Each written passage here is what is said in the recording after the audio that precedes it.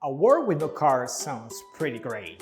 That is until you want to move something heavy from one place to another, or go and visit your friend who lives a few kilometers away.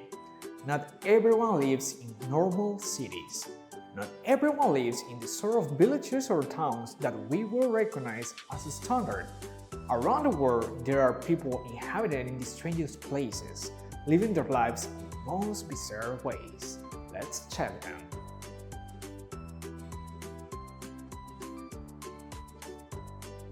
Floating villages of Tunisia, Cambodia.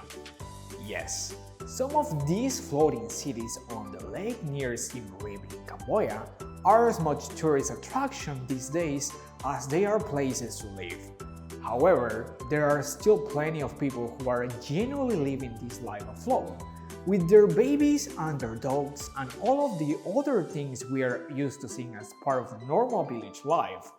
Only these settlements are on barges that are leashed together with ropes, whose communities that exist on water, their inhabitants really sit in food on land. Caleta Tortell, Chile.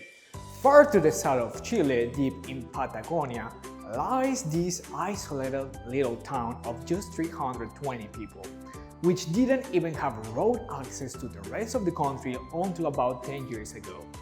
And what good would route have been foretold to residents? No one had a car. That's because there are no roads in the town itself at all, just wooden boardwalks that connect a string of houses clinging to the hillside. There's no pub, no restaurants outside of the B&B style hotels. It's odd to say the least. Madmata Tunisia. Star Wars fans recognize this troglodyte village from the original movie. Madmata served as the fictional home of Luke Skywalker.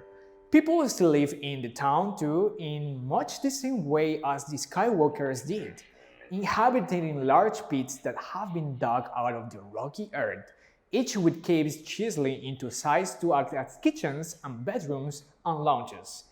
It really does feel like something out of a galaxy far, far away. Don't you think? Just observe that.